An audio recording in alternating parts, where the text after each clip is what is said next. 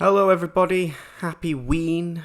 My costume this year is of a very tired man trying to be a YouTuber, filled to the brim with coffee and wine, trying to record this at 1 in the morning. I'm just going to get straight into it. My own personal recommendations for Doctor Who stories to watch and listen to and read around Halloween. I've tried to keep this list somewhat unique so it serves some kind of purpose, so I feel like the really obvious ones, they're going to be omitted here, even though they're astounding in some cases. Chimes, horror, fang, something. They're all great, aren't they? First up is my comfort one. It's Night of the Vash Narada from the second Classic Doctor's New Monsters box set. Do you think you can kill the dark? If it's alive, it can be killed. I'm not sure it is alive. The Vash Narada are my favourite monsters, especially from when I was a kid, and pairing them up with Tom Baker, who was one of my favourite Doctors when I was a kid, it was always going to be a winning deal.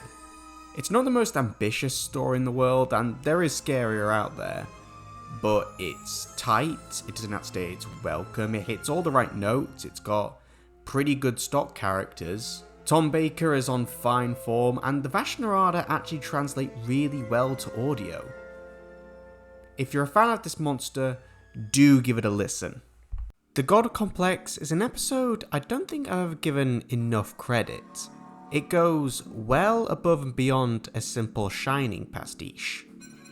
Whithouse brings us a pretty razor-sharp script, lots of very fun dialogue, especially at the start, and Nick Curran is absolutely just flexing his muscles here. The sequences of praise him and how they're shot, it's magnificent stuff. From the opening alone, you can tell this is going to be a Doctor Who episode like no other. Up next, and I said I wasn't going to try and be too obvious, but I did cop to it and ended up putting Master on this list, because how can you not? It's a haunted house story. It's the Doctor narrating a haunted house story to an assassin, which is a cool framing device in and of itself. But beyond that, Lidster really captures the vibe, if not the style, of a gothic, classic Victorian novel.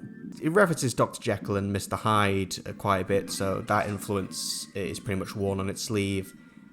But I was also told when I met Joseph Lidster that he took some inspiration from the Diary of Jeffrey Dahmer, which, if I'm remembering that correctly, might not be the scariest story out there, and a lot of it is aristocratic characters just debating philosophy and just sort of talking about their lives while stuck in a room together. But man, it's really compelling stuff, and it's really gripping stuff.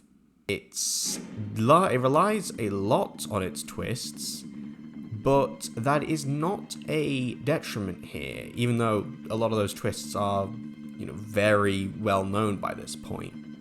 If you haven't listened to it already, if you're one of the few people who haven't, check it out now. More Master? The Persistence of Dreams. Man, the opening pretty much gives away how badly this is going to go for the main character, and how disturbing it's going to get, and that still doesn't help. It reminds me of one of the more horror-orientated episodes of Love, Death and Robots. A character who's been used and manipulated by the Master is now abandoned in space, slowly going mad, with only an ood to keep her company. A lot of hallucinations, a lot of mind fuckery going on. It's interesting to me how the Master Light third stories in a box set are usually the standouts in the War Master audios. I have to say, I think this deserves to be talked about just as much as the Skyman. Okay, this is the obligatory point where I remind everyone that I am indeed married to Power of the Daleks. Are you happy, Jack? I do want to spend a lot more time on this channel talking about Power of the Daleks. I want to do a video essay where I talk about it in depth, especially in conjunction with the first regeneration in the 10th planet. I think those two stories back to back go incredibly well, and they have quite a bit to say. But in brief, this is just really well structured, not perfectly paced, but there's a great ratcheting up of tension. Lesterson essentially goes through the same journey that a Lovecraft protagonist would go through. He loses his mind dealing with these creatures that are just so far beyond him. The turn at the end when he's completely cracked and he repeats, "I am your servant" at them, it's exceptionally good. There's a jump scare that I think still works decades later, but if you want to hear me gush about Power of the Daleks some more, there is, of course, the Battles in Fandom episode of An Awful Lot of Running that I was in. Please go check that out if you haven't. If you want something more graphic and adult, 10 Little Aliens is really good.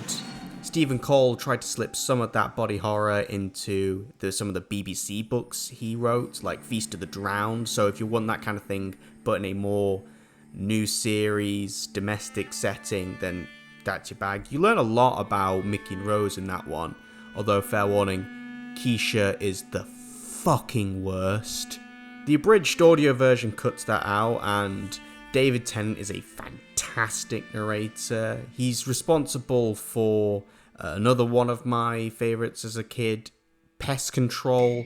That, combined with the sound design and the music, makes for a really unsettling tale for quite a meat and potatoes plot. It's a lot of fun.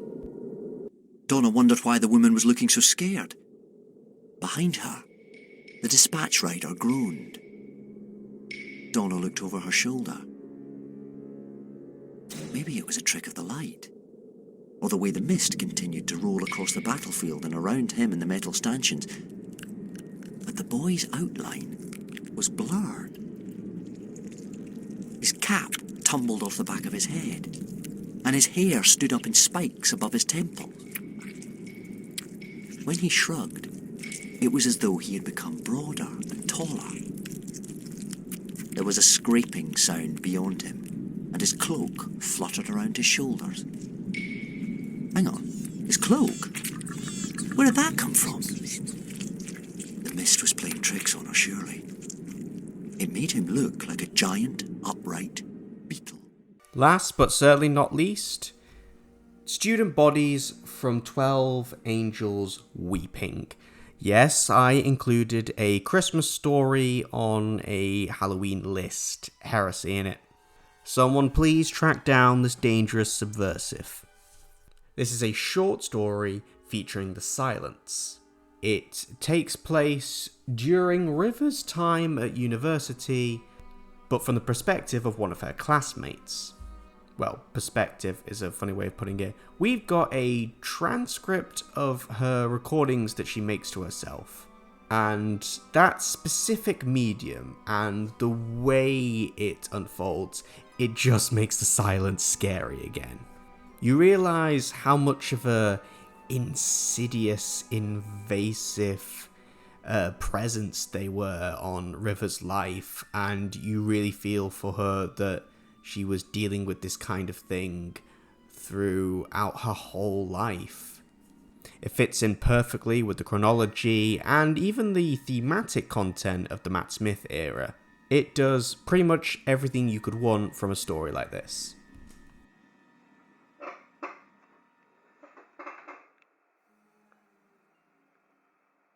Hello?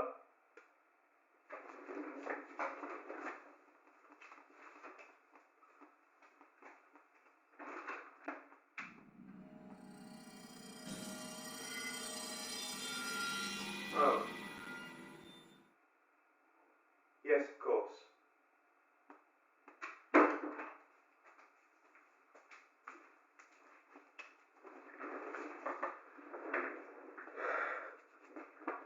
Nothing there. Yeah, this story, it does everything you could want from a story like this.